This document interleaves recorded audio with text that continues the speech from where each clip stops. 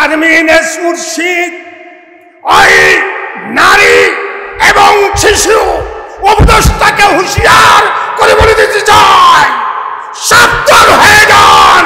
হেফাজতে ইসলাম যদি খেপে তাহলে পালাবার সুযোগ পাবেন না।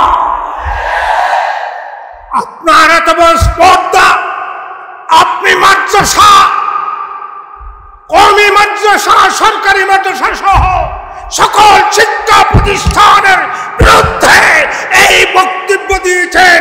এটার জন্য আপনি জাতির কাছে ক্ষমা চান।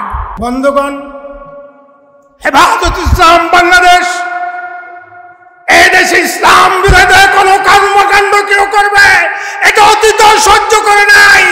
এখনো যারা অন্তর্বর্তীকালীন সরকারে আছেন, শারমিন এস মুর্শিদ ওই নারী এবং শিশু উপদেষ্টাকে হুঁশিয়ার করে বলে দিতে চায়, সাবধান হয়ে যান।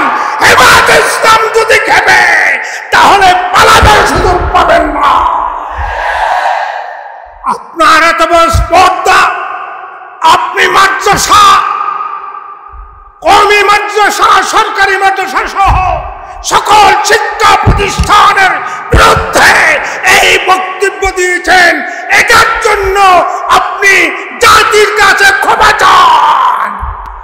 অন্যথায় অবিলম্বে আপনার পদ থেকে আপনি সসম্মানে পদত্যাগ করেন। অন্যথায় আপনাকে এই জাতি ছেড়ে দেবে না, আপনাকে এমন শিক্ষা দিবে যে চরম শিক্ষা শেখ হাসিনা পেয়েছে, আপনিও কম পাবেন না ইনশাআল্লাহ। নাসরুল্লাহ ওয়া ফাতহ।